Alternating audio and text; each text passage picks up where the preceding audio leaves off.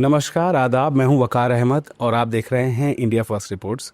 हम अक्सर बहुत सारी खबरें ऐसी देखते हैं कि यहाँ ख़राब हुआ, वो अच्छा नहीं हुआ, ये ख़राब रहा, लेकिन अच्छी स्टोरीज़ लाने में बहुत मुश्किल होती है। दिल चाहिए, बड़ा कलेजा चाहिए अच्छी स्टोरीज़ दिखाने के लिए, और ऐसी ही अच्छी स्टोरीज़ मेरी कोशिश रहती है कि दिल्ली पुलिस के मुंह से भी आपके पास पहुँचे। वो कितनी मेहनत करते हैं। गलतियाँ सब जगह होती है, लेकिन हमें गलती को ना देख के ये देखना चाहिए कि दिल्ली पुलिस जो हमारे लिए 24 घंटे अवेलेबल रहती है, हमारी सर्विस पे रहती है, वो आखिर हमारे लिए केसेस सॉल्व कैसे करती है। रिसेंटली एक केस हम लोगों के सामने आया कुछ दिन पहले।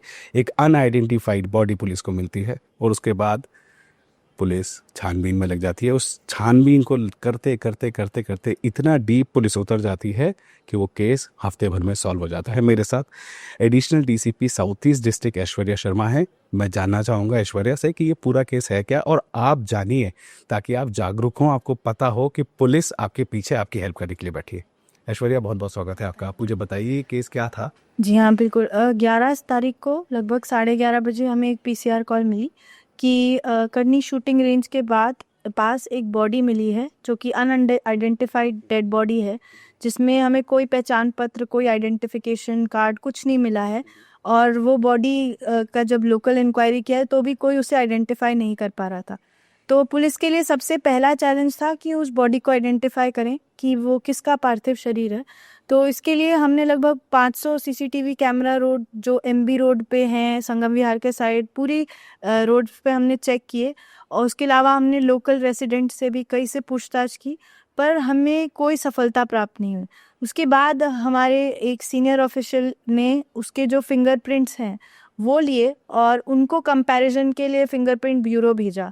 हमारे यहाँ पुलिस में डोजियर्स बनते हैं, जो भी एक्स क्रिमिनल्स कॉन्विक्ट्स होते हैं उनकी पूरी फिंगरप्रिंट्स और इन्फॉर्मेशन स्टोर की जाती है, जिससे कि वो अगर आगे कोई क्राइम में फिर से रिपीट करें तो उनको ट्रेस किया जा सके।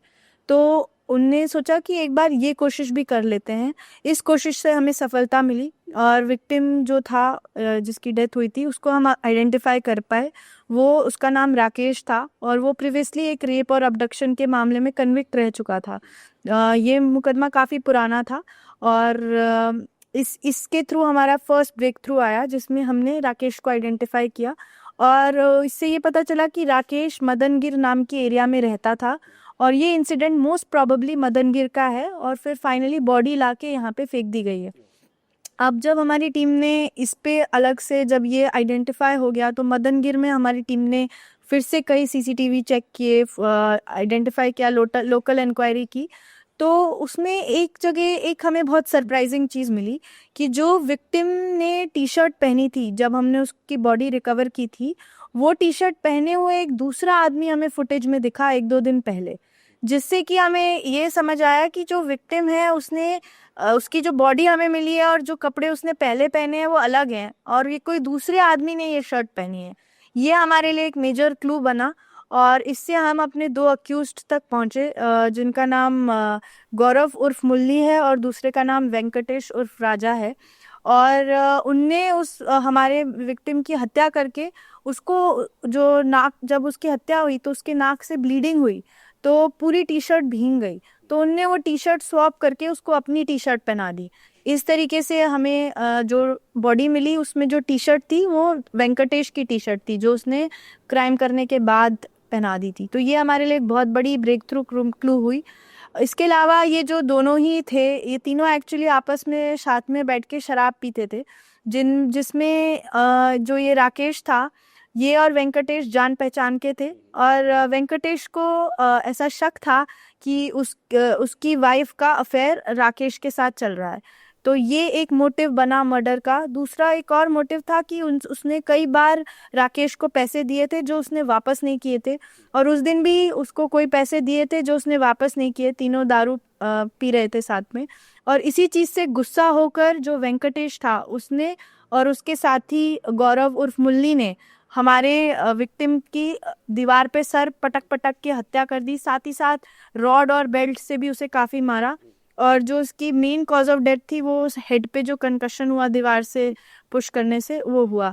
तो ये पूरा केस, इसमें बहुत सारे एफर्ट लगा। More than 500 CCTV footages analyse किए हमारी टीम ने। उसके अलावा इतने सारे गवाहों का इंटेरोगेशन किया। और जो हमारा एक और आई विटनेस था जिसने ये पूरा इंसिडेंट होते हुए देखा था, वो चीता नाम का लड़का था जिसके ससुर वेंकटेश हैं।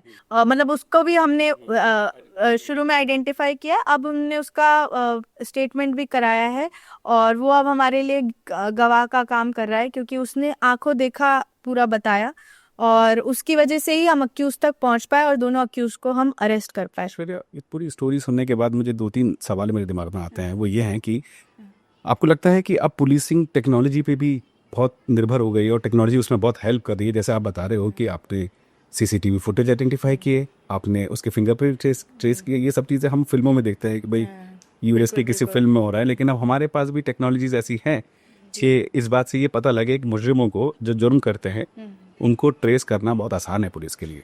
और मुझे एक सवाल और आपसे जानना है कि इस टेक्नोलॉजी का इस्तेमाल करने में आपको कितना प्रोसेस में कितना घूमना पड़ता है, कैसे कैसे करना पड़ता है, और इसमें कौन कौन से ऑफिसर्स इन्वॉल्व होते हैं? और इस केस में सक्सेस स्टोरी है आपकी ये, इस केस में कौन कौन इन्वॉल्व था और किस किस ने इसमें कितनी मेहनत की? थोड़ा सा मुझे इस पे जी हाँ, अपडेट कीजिए। नहीं बिल्कुल, आपने कहा आजकल तकनीकी एविडेंस हमारे लिए काफ़ी यूज़फुल हो गए हैं, हेल्पफुल हो गए हैं। और इनका प्रोसीजर देखिए, जो हम सीसीटीवी चेक करते हैं तो उसमें जिसके यहाँ वो सीसीटीवी लगा है हम उससे परमिशन लेते हैं, फिर हम वो फुटेज प्राप्त करते हैं, फिर वो हम उसको यूज़ करते हैं इन्वेस्टिगेशन में। तो इसमें ये है कि जो आजकल लेटेस्ट नाइट विजन कैमरास हैं और अच्छे सीसीटीवी कैमरास अच्छी क्वालिटी के हैं, मोशन डिटेक्टर वाले हैं, उन सब से हमें काफ़ी फ़ायदा होता है, क्योंकि देर रात में हुई घटना और अगर कोई आई विटनेस भी ना हो तो बहुत दिक्कत होती है। अब इस केस में प्रॉब्लम ही यही थी कि इंसिडेंट हुआ था एक जगह और बॉडी दूसरी जगह मिली थी। तो जो लोग यूजुअली हमारे जो केसेस होते हैं उसमें कई बार ह्यूमन इंटेलिजेंस काम कर जाता है, आसपास के लोग, कोई ने किसी को कहीं देखा होता है, कोई किसी को जानता होता है किसी तरीके से।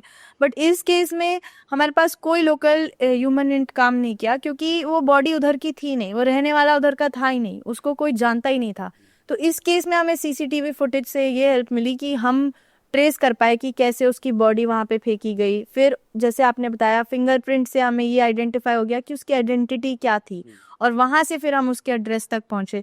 फिंगरप्रिंट ब्यूरो में हम कंपैरिजन के लिए प्रिंट्स भेजते हैं, फिर वो लोग 3-4 दिन का समय लेकर दोनों फिंगरप्रिंट्स को आपस में कंपेयर करते हैं। मान के चले कि जो एक हफ्ता लगभग इस केस को सॉल्व करने लगा, उसमें 3-4 दिन तो फिंगरप्रिंट एडिट भी बिल्कुल बिल्कुल उसमें लगे। और आइडेंटिटी एक बार होने के बाद फिर जब हमने अक्यूज को ट्रैक किया थ्रू आई विटनेस, तो वो आई विटनेस ढूंढने में और वो दूसरे सीसीटीवी चेक करके उस तक पहुंचने में, सीन ऑफ क्राइम तक पहुंचने में, उसमें भी कुछ दिन हमें व्यतीत करने पड़े। और टेक्निकल एविडेंस बहुत यूज़फुल है, बट टेक्निकल एविडेंस को यूज़ कर पाना और सारी चीज़ों को लिंक करना और किस चीज़ को, हाँ, ये बहुत एक अच्छी कला है। ये पता होना जी चाहिए हाँ, कि जब आप किसी ब्लैंक केस को इन्वेस्टिगेट करते हो तो छोटी छोटी चीजों का हाँ, आपको एक सीक्वेंस बनाना पड़ता बिल्कुल, है ना? बिल्कुल। उसको उसमें एक्सपर्टीज है। बिल्कुल, उसमें हमारे एसीपी से साहब जो हैं, हरीश चंद साहब, उनने, और हमारे जो एसएचओ हैं पुल प्रहलादपुर के मनोज, उनकी टीम ने बहुत अच्छा काम किया। उसके अलावा जो वहाँ पे हमारे एटीओ हैं बडोलिया, उनने भी बहुत अच्छा काम किया। और 3-4 हमारे कांस्टेबल्स थे, जैसे कि शमशेर, कृष्ण, नौरंग, इन सब ने भी बहुत अच्छा काम किया। और देखिए, ये सारा टीम वर्क होता है, एक आदमी का नहीं होता है। किसी का कोई आइडिया आया, किसी ने कुछ किया, जो ओवरऑल सुपरविजन था एसीपी बदरपुर का था, वो लगे रहे इस केस पे। और वो चीज़ बहुत इम्पोर्टेंट होती है कि आप किसी केस पे गिव अप ना करो, क्योंकि इस चीज़ में हमारे पास कुछ नहीं था, सिर्फ एक बॉडी थी, ना हमारे पास पहचान थी, ना हमारे पास मोटिव था, ना हमारे पास कुछ और डिटेल्स थे, बस उम्मीद थी। तो ये चीज़ में मैं, हाँ, ये चीज़ में मैं एसीपी बदरपुर को क्रेडिट देना चाहूंगी कि वो और एसएचओ पुल प्रहलादपुर मनोज दोनों लगे रहे उनने केस पे। क्रेडिट देने से काम और अच्छा होने लगता है। बिल्कुल, उनको मोटिवेशन मिलता है जब उनके एफर्ट्स को रिकॉग्नाइज किया जाता है। इसलिए किया आपने इन लोगों को थोड़ा। जी हाँ, बिल्कुल, हम इन्हें पीएचक्यू में सीनियर ऑफिसर्स से रिवॉर्ड भी दिलवाएंगे। और इनने जो भी अच्छा काम किया है इसके लिए इनको रिकॉग्निशन तो मीडिया के थ्रू जो मिल रहा है, उसके अलावा हमारे डिपार्टमेंट में भी जो बेस्ट डिटेक्शन होता है हम उसको अवार्ड करते हैं, सर्टिफिकेट्स देते हैं। दिल्ली के क्रिमिनल्स के लिए कोई मैसेज है? संभल के रहे। नहीं देखिए, वो तो हमेशा है कि दिल्ली पुलिस एक्टिव है और हमारे को जो रिसेंटली हमारे नए सीपी साहब ने भी ज्वाइन किया, हमें यही डायरेक्शंस हैं कि पुलिस को ज़्यादा से ज़्यादा पेट्रोलिंग करनी है, विजिबल रहना है और साथ ही साथ कंप्लेनेंट्स के लिए एक्सेसिबल रहना है कि किसी की भी कंप्लेंट खाली नहीं जानी चाहिए, सबकी कंप्लेंट पे एक्शन होना चाहिए। तो दिल्ली पुलिस तो अपनी तरफ से पूरा दिलो जान से काम कर ही रही है और हमेशा से करती आई है और आगे भी करेगी। और क्रिमिनल्स के लिए मुझे यही मैसेज देना है कि आप क्यों अपनी ज़िंदगी ख़राब कर रहे हैं। आप कोई बेटर काम कर सकते हैं, देश की इकोनॉमी में, देश की प्रगति में आप एक हिस्सा बन सकते हैं। क्राइम से आपकी जो आगे की ज़िंदगी है उसमें सिर्फ दुख दर्द लिखे हुए हैं। देखिए ऐसा है कि कोई भी क्रिमिनल कितना भी भाग ले, अल्टीमेटली पुलिस उसे पकड़ लेती है, फिर कोर्ट उसे सज़ा सुना ही देती है। तो अपनी लाइफ ख़राब करने से अच्छा है कि आप कुछ प्रोडक्टिव काम करें और बेटर ज़िंदगी अपने लिए और अपनी फैमिली के लिए करें। तो आप समझिए कि पुलिस की काफ़ी सीनियर ऑफिसर हैं और वो ये कहना चाहती हैं कि क्राइम ज़िंदगी का कोई हिस्सा नहीं है। ज़िंदगी अच्छे से जी जाए तो इंसान बहुत कुछ कर सकता है, बहुत कुछ पा सकता है। यही बात है ना ऐश्वर्या? जी हाँ, बिल्कुल। तो मैं आप लोगों के पास क्राइम की स्टोरीज लाने के लिए इंटरेस्टेड नहीं हूँ। इसके पीछे की जो कहानी है, केस कैसे सॉल्व हुआ, इसके पीछे कितने लोगों ने काम किया, कितने लोगों की ज़मीन और आसमान एक करके कितनी मेहनत है, खून पसीना लगा के दिन रात काम करके 24 घंटे काम करते हैं। अपने छोटे छोटे बच्चों को भी अपने ऑफिस में ही गोद में रख के पुलिस काम कर रही है। कैमरामैन मोहम्मद इकबाल के साथ मैं Waqar Ahmad, India first reports. Studio वाले डिबेट करते हैं, हम ग्राउंड पे सच ढूंढते हैं। This is India first reports.